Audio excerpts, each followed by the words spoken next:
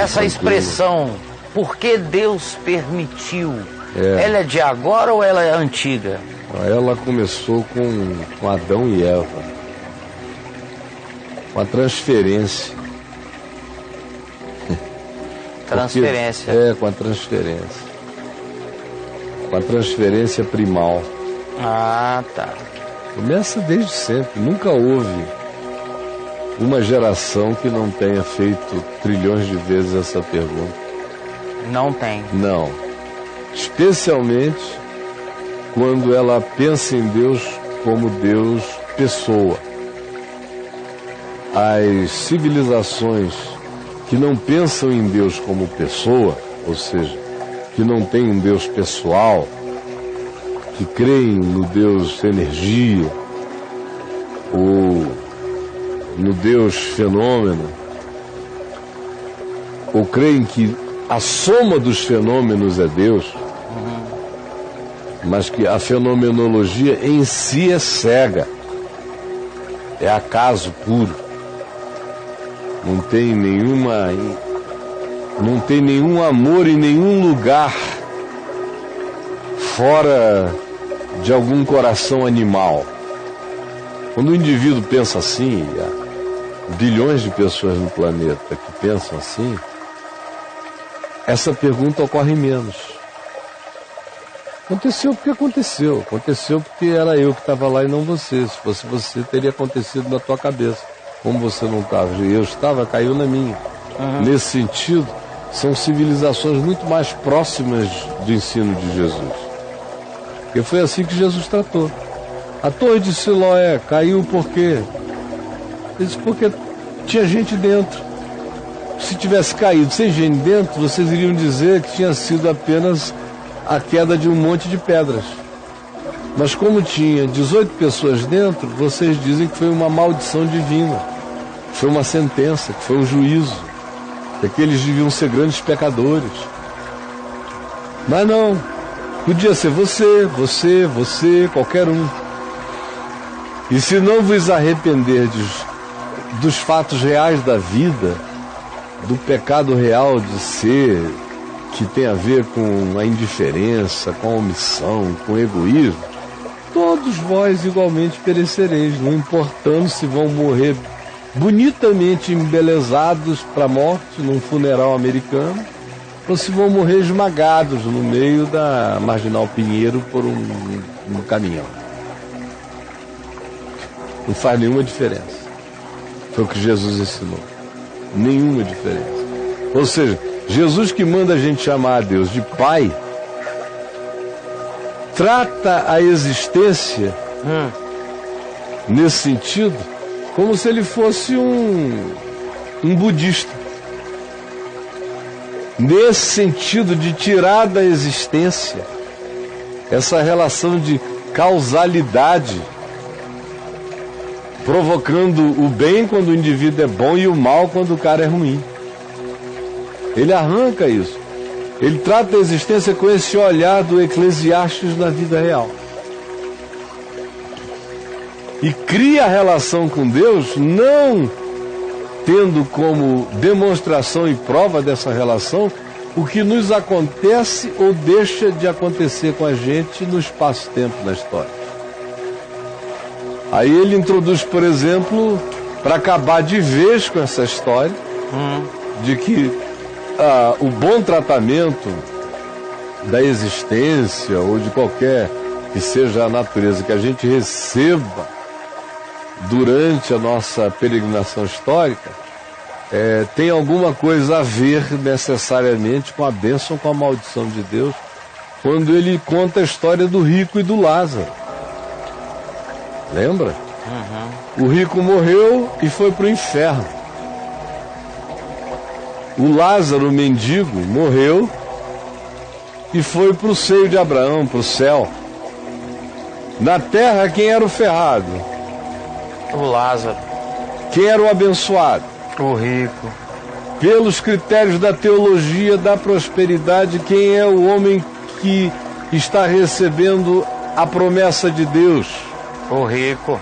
Quem é o miserável, desgraçado, sem fé, ferrado, O Lázaro. O Lázaro. Então veja se Jesus tem alguma coisa a ver, se o olhar e a interpretação de Jesus tem alguma coisa a ver com o que a religião ensinou para as pessoas no ocidente da Terra. Especialmente as religiões do Deus pessoal. O judaísmo, o cristianismo e o islamismo. Que tendem a serem totalmente anti-evangelho nesse sentido. Elas criam uma relação de causa e efeito. E é uma relação moral de causa e efeito. Uma relação moral de causa e efeito. Porque eu, por exemplo, escrevi no meu livro Enigma da Graça, que o garotinho beijou agora ali. Eu escrevi lá no meu livro o significado dessa teologia moral de causa e efeito, que é o que prevalece na interpretação de todo aquele que tem na mente a ideia de que Deus é pessoa. E Deus é pessoa. Deus não é uma pessoa, mas Ele é pessoalidade. Ele não é um espírito, mas Ele é espírito. Ele não é um amor, mas Ele é amor. Ele não é uma entidade, mas Ele é aquele em quem tudo que existe, existe.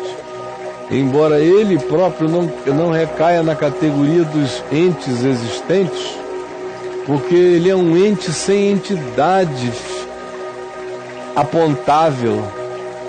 Ele não tem nenhuma natureza que seja de algum modo designável especificamente, porque Ele não existe como existente verificável. Ele é como pessoa, realidade, em quem tudo existe, permeia tudo, tudo nele existe, e tudo que nele existe tem a liberdade de nele existir. E todos os fenômenos que Ele criou e que nele existem têm a liberdade fenomenológica de nele se combinarem e de produzirem o que tais fenômenos produzem, nas infindas variáveis de tais possibilidades.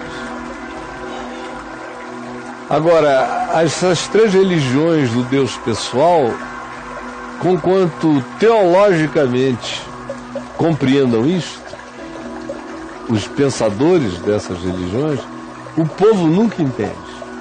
E a religião sacerdotal, ou seja, na sua relação do indivíduo que teoricamente sabe mais com aquele que sabe menos, a relação é sempre essa de passar essa ideia de que se você fizer determinadas coisas que Deus quer que você faça, você vai ser mais poupado do que aqueles que não fazem as coisas que Deus quer que sejam feitas.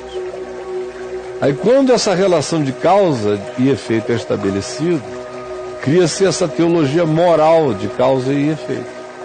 Aí o indivíduo passa a fazer tudo que a religião dita para ele receber um galardão e ser poupado. Ele compra uma apólice de seguro.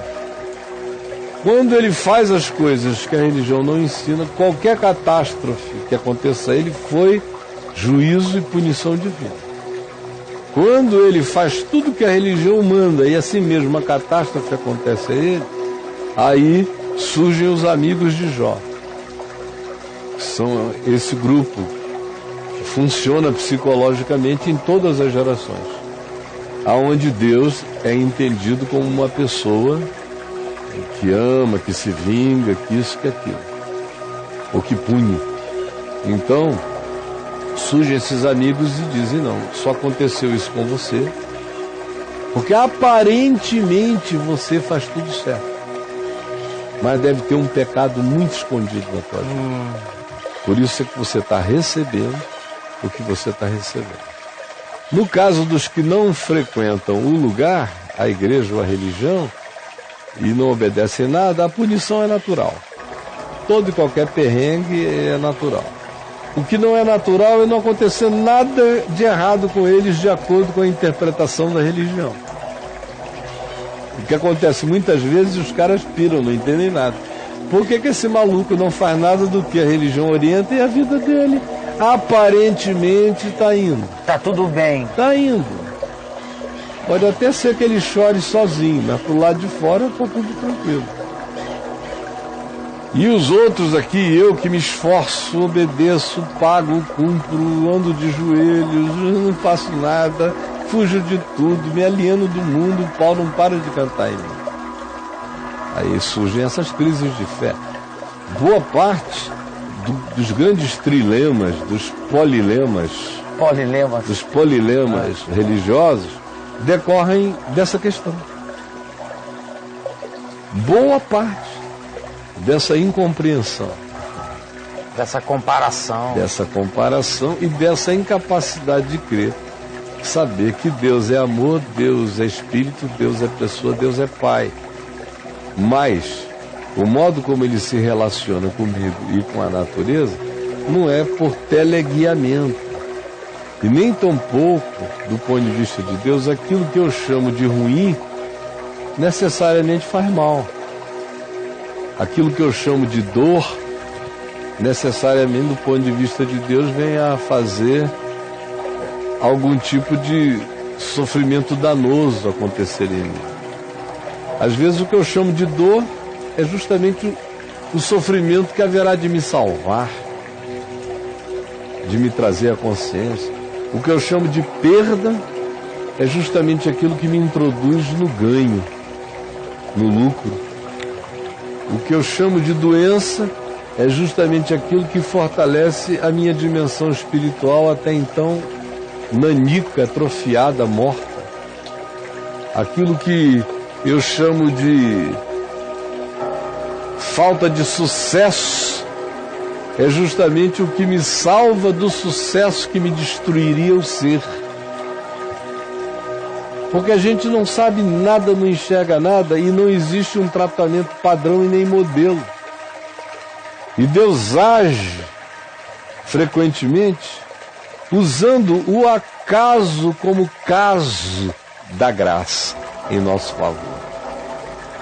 O acaso é um servo da sabedoria oculta, só aplicável e só pertinente à individualidade e à singularidade de cada pessoa.